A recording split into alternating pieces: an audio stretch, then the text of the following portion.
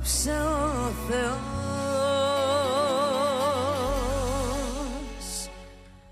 να ανάψει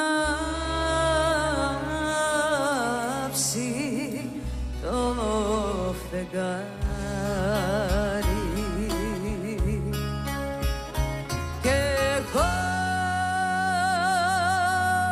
φιλώ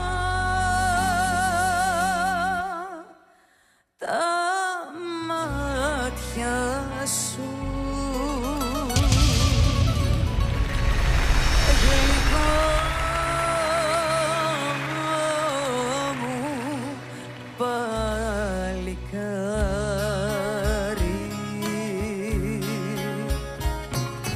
Δώσ' μου τα θάνατο νερό, δροσιά απ' την καρδιά σου. Χίλιες φορές να αναστηθώ, χίλιες να με δικιά σου, να με δικιά σου, να με δικιά σου.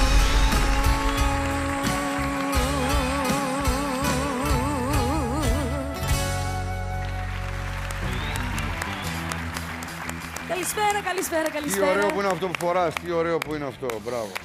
Καλησπέρα και συγχαρητήρια για την επιλογή του τραγουδιού. Ένα τόσο όμορφο τραγούδι.